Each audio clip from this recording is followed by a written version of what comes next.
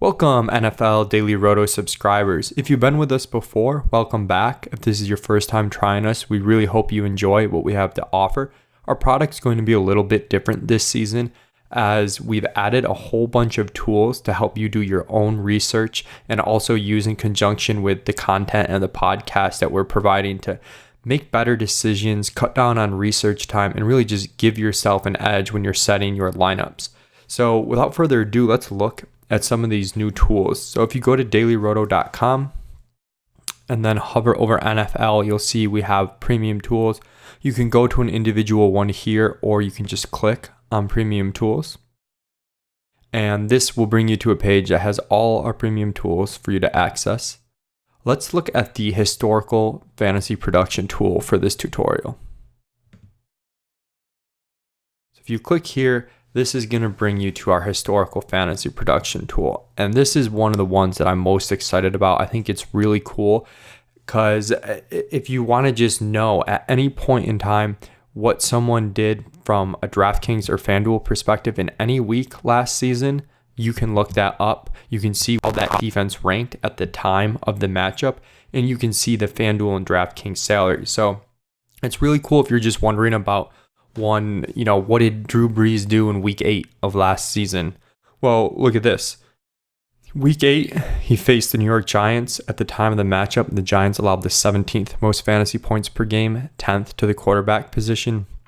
Brees was priced at $7,900 on FanDuel, $6,700 on DraftKings, and he put up a whopping 46.3 FanDuel points and 49 DraftKings points. That was the high from last season. So it's really cool to look up individual things like that. But you can also run some analysis if you want to see in general, okay, what did running backs of a certain salary do? You'll be able to do that because all that information is somewhere in this table. So the default sort is going to be every player week 1 through 17, but you can change that. So if we want to see, let's just, for example, see just week 9, we can choose week 9 on both ends of the filters. And then we'll see, okay, D'Angelo Williams, Antonio Brown. That was that game where Pittsburgh went nuts against Oakland. And this might be a good way to show you, hey, it's okay.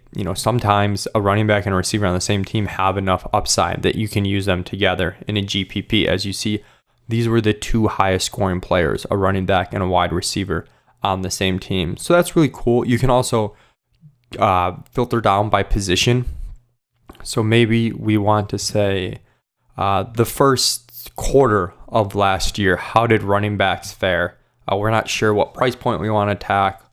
So let's look at weeks 1 through 4. You can do that, and you can sort on any of these columns. You can sort on salary. So FanDuel, if you see opponent rank 0, that's because it was week 1. So the opponents did not have a ranking yet. But you can see sorted by salary how each player did, which is really neat. Thing to do some analysis on production by salary and position. And then you can also look at team. So maybe we want to see Buffalo Bills. They used a lot of running backs, a lot of running plays. So we can just see how did their running back situation split out weeks 1 through 4. Carlos Williams was a rookie, got off to a huge start. You can see he had 4 of the top 5 games for the Buffalo Bills at the running back position in terms of fantasy points.